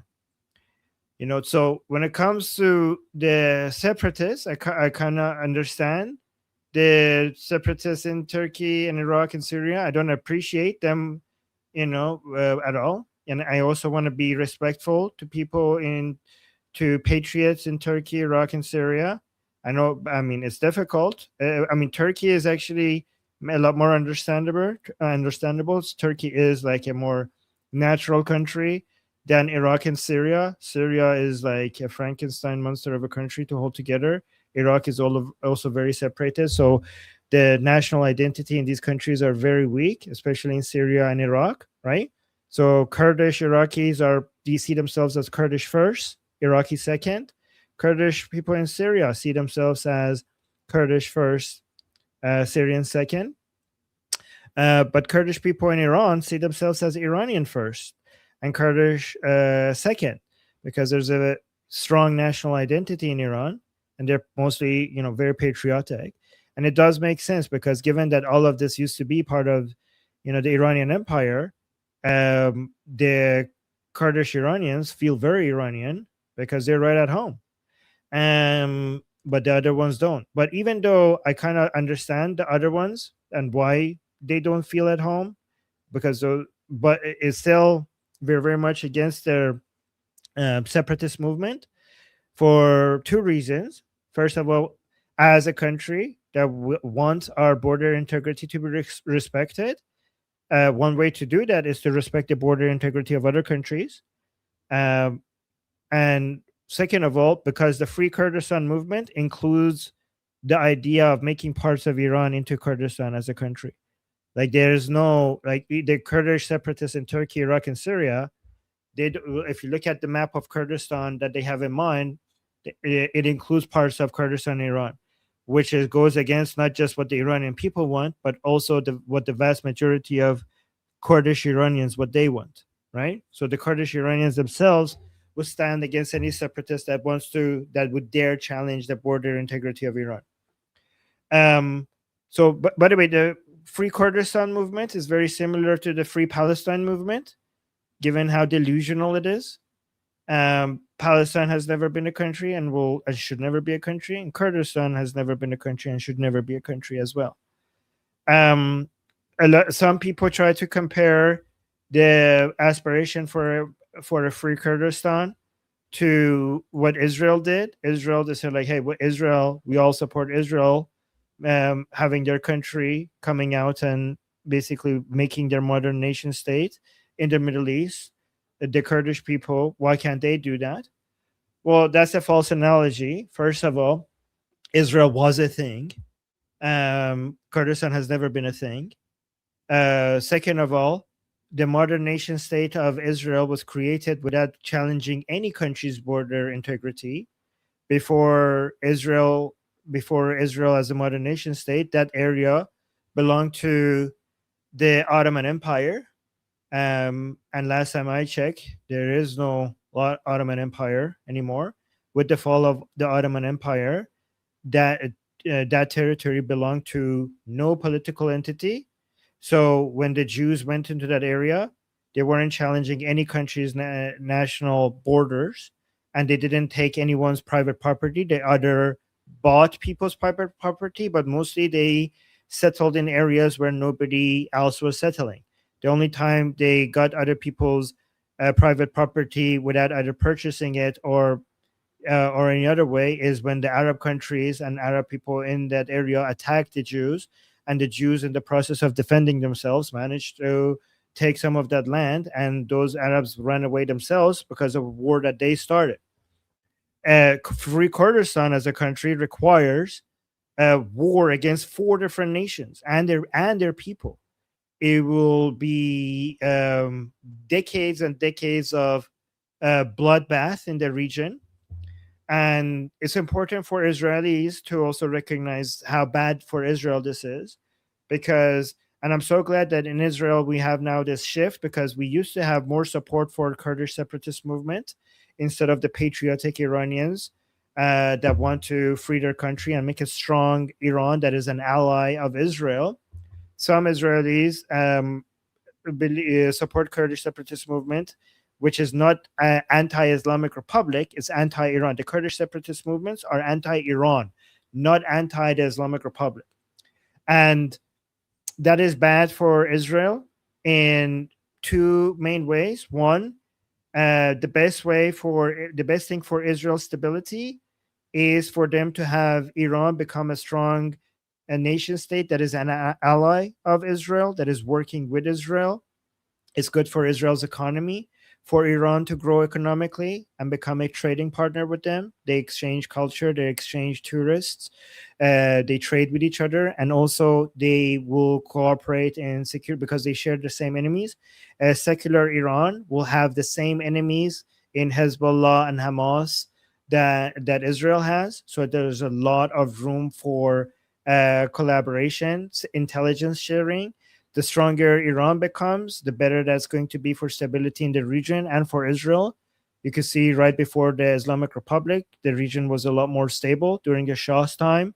Iran was a force that provided more stability to the region, and a lot of the chaos that is now being supported by the Islamic Republic started because of the fall of the Islamic Republic. Right, so that's that, so if Israelis are choosing between supporting Iranian patriots that are interested in Iran in one piece and stronger, that's one reason why they should go for that rather than these separatists, which are much fewer in number and enemies of the Iranian people.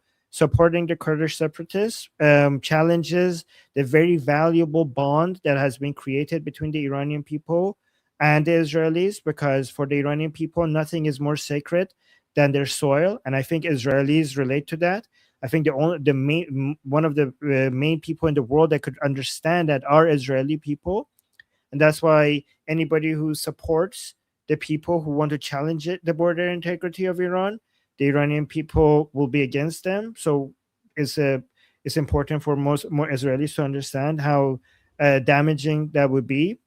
But that's the main one reason. The second reason why supporting the Free Kurdistan movement is a bad idea, especially also given that how much Iranian people are supporting Israel against the so-called Free Palestine movement, then it doesn't. So that's one thing I want Israelis to keep in mind, that Iranian people have chose Israel against the Free Palestine movement.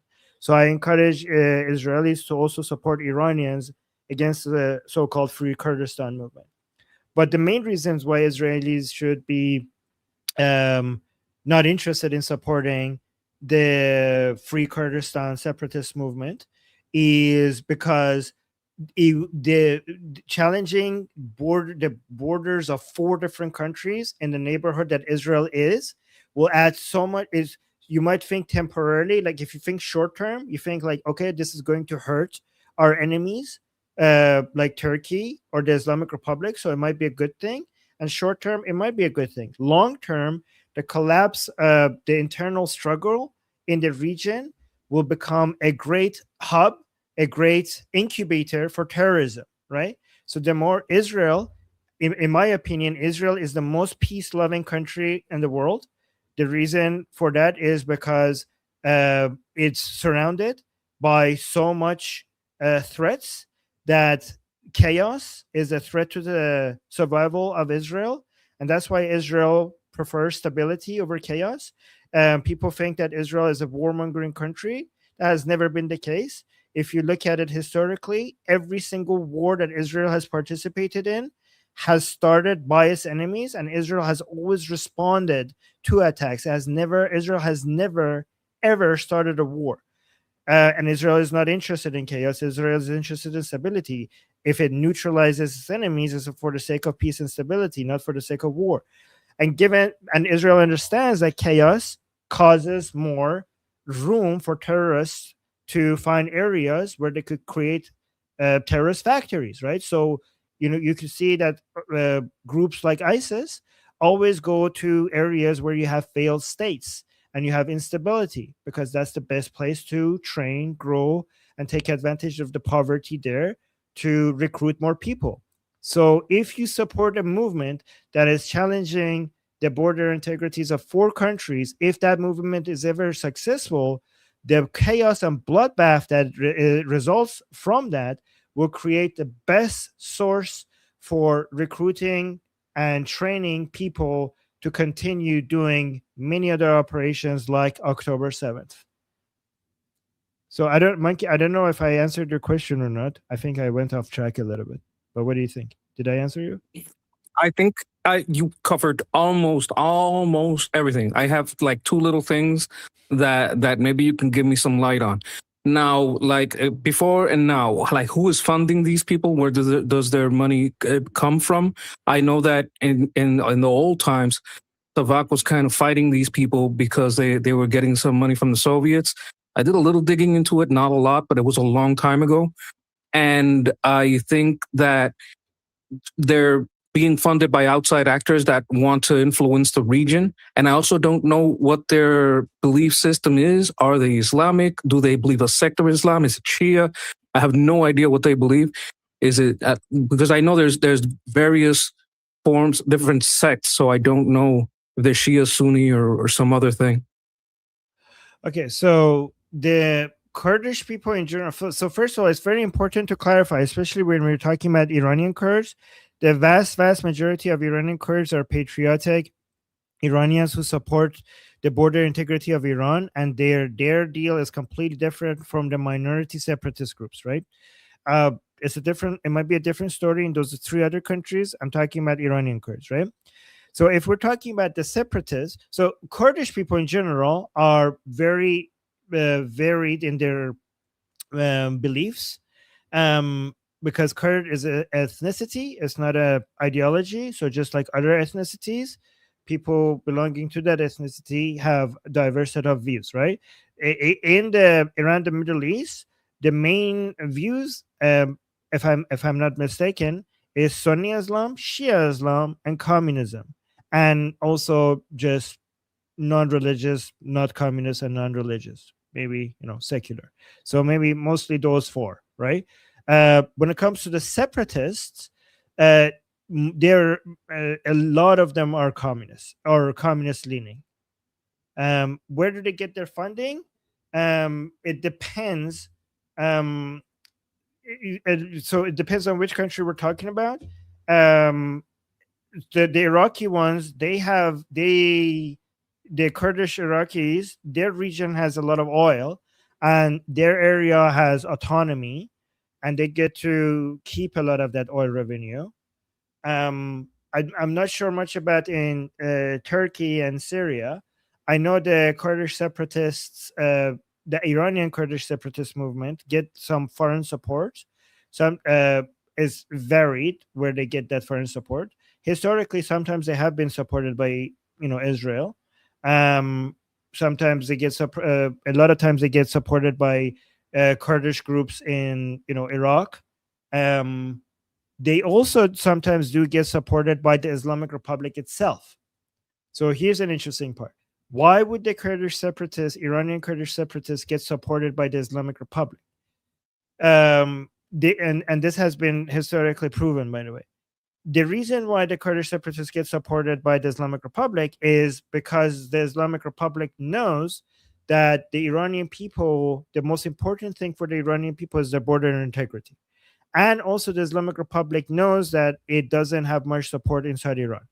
So the propaganda that the Islamic Republic goes with is to use the threat of the separatists as a way for Iranians not to want to do regime change, because it tries to spread the narrative that it uses the separatist groups as a boogeyman to suggest that if you try to bring me down, like topple the government, there will be chaos, and this Iran that you care about so much will be torn into so many different pieces, right?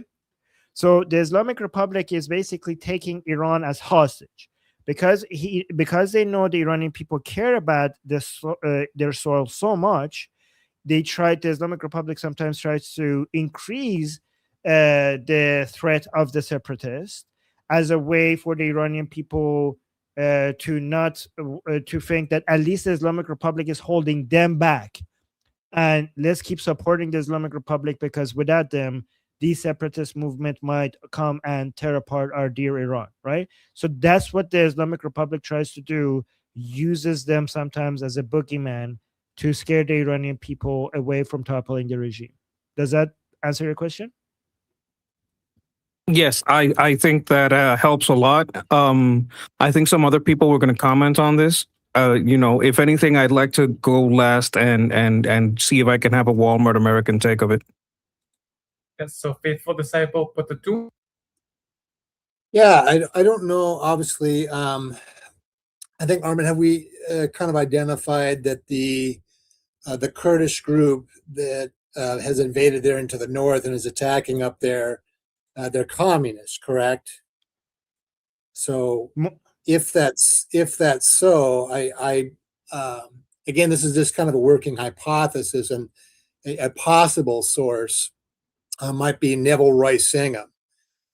He is has been a major pain in the side right now for America. So he is a former tech billionaire, made his money in the tech industry, and then he has moved to China, and so he has got his money there, and he is a committed communist, and his name has come up again and again.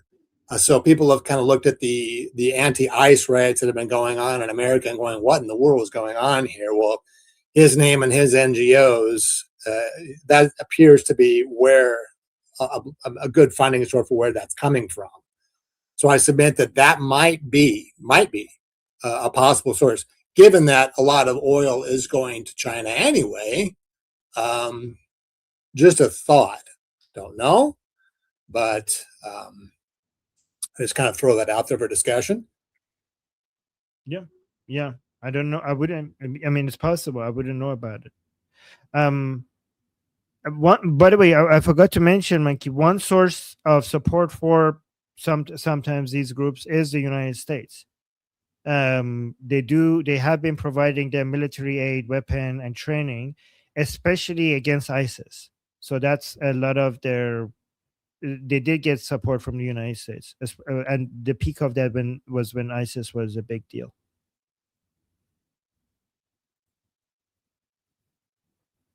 All right. I looked a little bit over here online. It says that there is Chinese, Kurdish, they have ties, they have roots in the early PUK contacts. That's all I seen from there.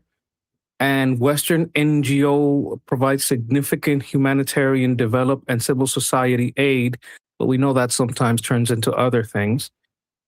So this NGO angle seems to be pretty strong. So in regards to the names, right? So we have the separatist groups in all of these 4 countries have different names, right? So the separatist Kurdish groups in Turkey are called the PKK. The separatist groups in Syria are called the YPG and the SDF, the Syrian Democratic Forces. They're the 2 main parties of Kurdish separatist groups in Iran are the PDKI and the Komole party, and the Kurdish separatists in Iraq, the Peshmerga group. So each one of these countries, separatist groups, has different names, but they're connected.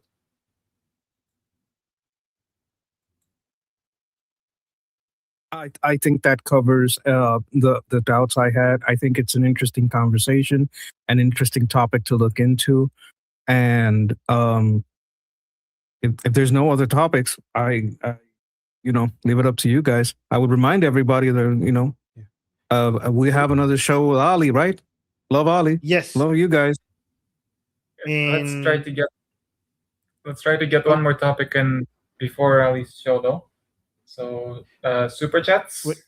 Yes, one super chat from Fleshy Interloper. Thank you, Fleshy, saying free corn for everyone. Yeah, free American corn. Thank you. By the way, guys, we did suggest to the Israelis, and I want to keep mentioning this. I'm joking, by the way. But I want to mention this so that maybe they listen to it. Guys, remember, so we have Ali Khamenei's funeral coming up on July 4th, which is very fitting. I think the best way to celebrate July 4th is to watch a whole bunch of Dirka jihadi people crying. So maybe tune in and watch Ali Khamenei's funeral if you're American. But when Nasrallah was had his funeral, the Israelis did this beautiful thing where during his funerals they had Israeli fighter jets fly over Nasrallah's funeral at low altitude as a way to humiliate them and demonstrate their dominance over their airspace. I would love the Israelis to do exactly the same thing. I know Monkey is going to say that's dangerous. There are advanced Chinese man pads around. So maybe no, but it would be hilarious if they did that. It would be more hilarious if they covered the funeral with popcorn as a way to humiliate them as well, right? So I don't know if you guys there is know a way to do it. Like, if you want to know how, I'll tell you how. Yeah. But before you tell us, some people might not know why. It's because the Islamic Republic supporters feel very humiliated that after killing the supreme leader, the Americans are now forcing them to use their oil money that they're allowing them to sell to buy American corn. So I think the Israelis can humiliate the Islamic Republic by reminding them that not only you didn't get revenge for your supreme leader, you only got corn instead from the people who killed your supreme leader. So I think just, rubbing some salt in that wound by covering the whole funeral with popcorn would be a great idea. But go on, Monkey. Okay, so you don't want to do low altitude. You want to do high altitude. You want to have very, very large containers, bomb-like containers that you tie to parachutes so you make sure you don't hurt anybody, right? And as they float down gently at a certain height, they would open and it would rain down popcorn. This way you have the effect without actually hurting anyone. It's just kind of trolling. And, it doesn't hurt anyone, and you don't put the aircraft in danger. Now, if I was going to do this kind of meme psychological warfare operation, that would be the route I go, because, we don't want to be like Obama, like bombing, weddings and stuff. I'm not suggesting we hurt anyone, but this way you get the popcorn, you shower it on the people, maybe a little bit caramel, maybe a little bit caramel popcorn, maybe a little bit of cheese, right? I don't know if they got bacon popcorn. That might be a step too far, right? But what you do is you have the bomb kind of open up, not the bomb, the container open up, and have parachutes so that it gently floats down and opens and rains down this delicious food on everyone. It's almost humanitarian aid at this point. Come on, we're just helping people. Just a little taste of what you're gonna get on your EBT card, on your food stamps. Yeah, I mean, nobody could blame the Israelis. They're like, we give them free popcorn for their funeral. Like, why are you guys angry? So, yes, that's a good idea. Good one. Okay, what's the next topic? Next topic is 1 second. By Peter, the kill on sight list. Oh, okay. Oh, good evening. Oh, Hello. hey. Can you hear me okay? Just want to make sure my microphone's set Yes, up. Yeah, right, brilliant. I'd just like to start by saying it is an absolute pleasure to finally be able to speak to you, Armin. I've been watching your work for quite some time now, and unfortunately, it came about after the atrocity of October the 7th, when my eyes were boom, right, wide open. I started looking into stuff, and you came across my feed, and I started watching your stuff. And I'm a UK citizen, and I must apologize, and I am sure I speak for millions of my fellow British neighbours that we are absolutely ashamed, disgusted, and inside we are seething with righteous rage at the fact that our government has been taken over by the Red Green Alliance and are hell bent on seeing the Islamization of this country. We are currently witnessing what you Persians in Iran went through during the Islamic Revolution in 1979. And like I mentioned earlier in the text messages, why we have not learned from history, it astounds me. It really does, and it's a shame. I can't do anything. I mean, at the minute, if I speak the wrong tone of voice, I'll have the police at my door, and I'll be arrested for hurty words. I may have caused somebody alarm or distress while speaking my mind, and I do apologise to anybody who's not used to what they call it, sailors' language. I do tend to get a little bit animated when I get passionate and talk about these certain topics. So you'll have to excuse me, and I do apologise in advance. But it is this setup that you've created here, this forum where we can come on from people from all over the world. I've spoken to Americans. I've spoken to the French Jewish lad who's just gone off to do whatever. I've spoken to all sorts of people, and it is an honour to meet you all. You are, and I'm not a religious man myself. I am deeply faithful in certain regards, but I must say that every single one of you on here who are participating in this and who are following this work and who are fighting the good fight, you are doing the Lord's work. Because I know Iran and the people of Iran are bearing the brunt of it, and Israel especially at minute is probably the only country. I mean, a lot of people have grievances with the Jews and all that kind of stuff because of history, and especially here in Britain with the Christians, it's all that, they killed Jesus and all that kind of stuff. But I think it's more jealousy at the moment. Israel, thankfully, you've got somebody like Bibi Netanyahu in charge, who's basically turned around to the likes of America and said, I don't care what deals you are making with the IRGC. If we are threatened or attacked in any way, regardless of what you might say against me and this and other, we are going to strike back, and we're going to strike back hard, and we're going to find every single person involved, and we're taking them out regardless. This brings me to this. They call it the KOS list. It's the kill on sight, and I do believe I'm sure if any Israelis or Jews are listening to this, it goes back. It's something that's happened for centuries in politics. You get your particular party, especially the fascists and the left wing.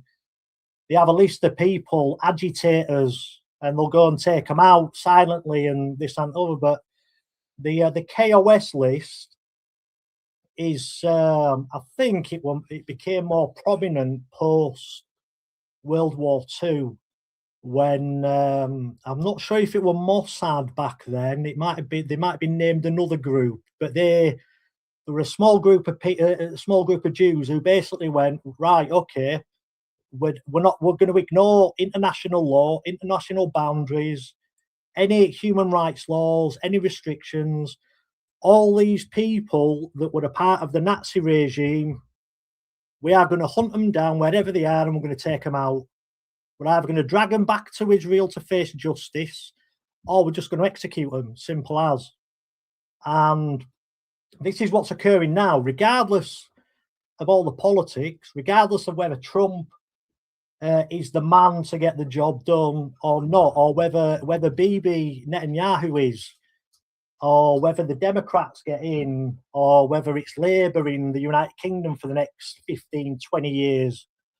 It don't matter, because there's certain think tanks, and I'm not going to go into too much detail because, like I said, the police could turn up and destroy my life just for saying certain stuff. So there are think tanks, and they're in all organisations, all nation states, all groups of stuff across the world. They basically go into the back room and they go, right, this is our policy, this is where we are, this is what we're doing, and how we're going to get it done. And that, you know what I mean by a think tank, don't you?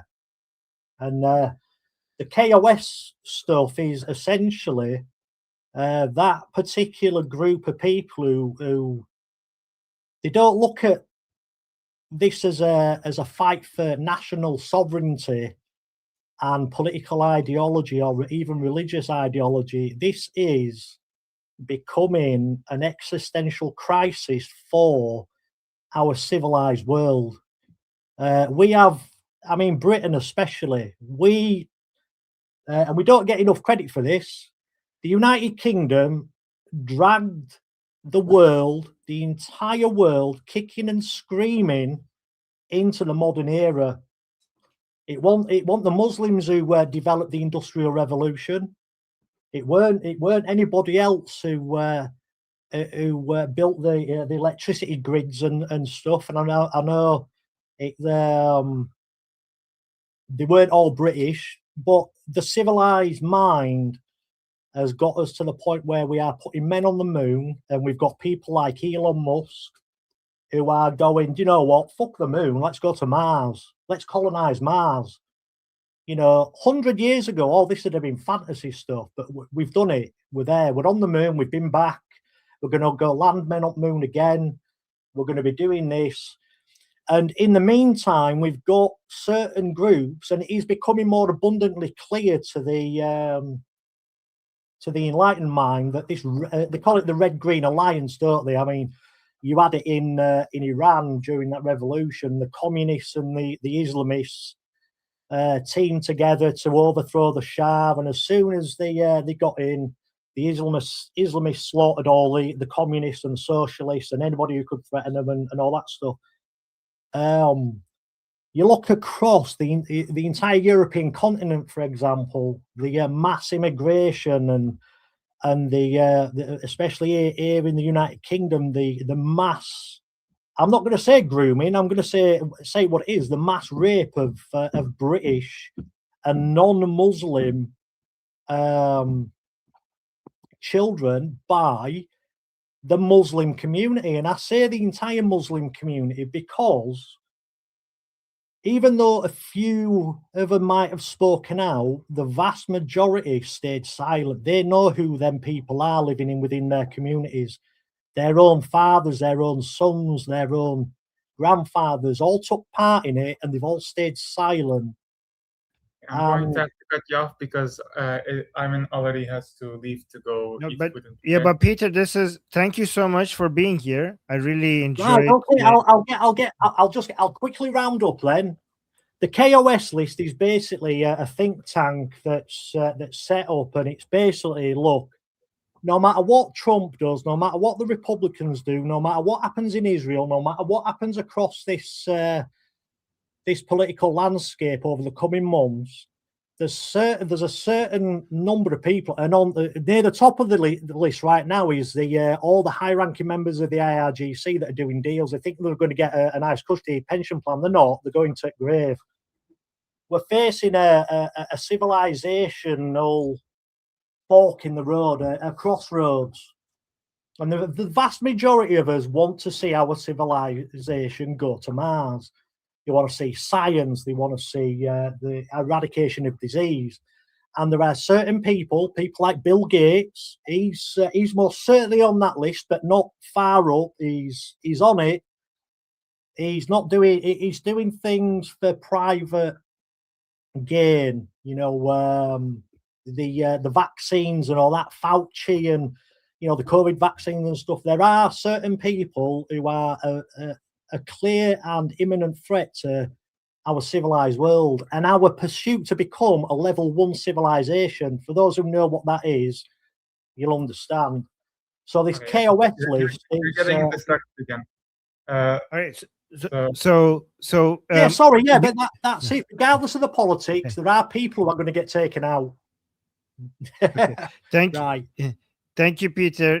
Here's a good thing, Peter. I'm gonna go. You guys could continue this conversation. Thank you so much for the beautiful message at the beginning. I did see some people wanted to respond to you. I'm not gonna be here for it. So, guys, let's be mindful of the people who wanted to add to this conversation.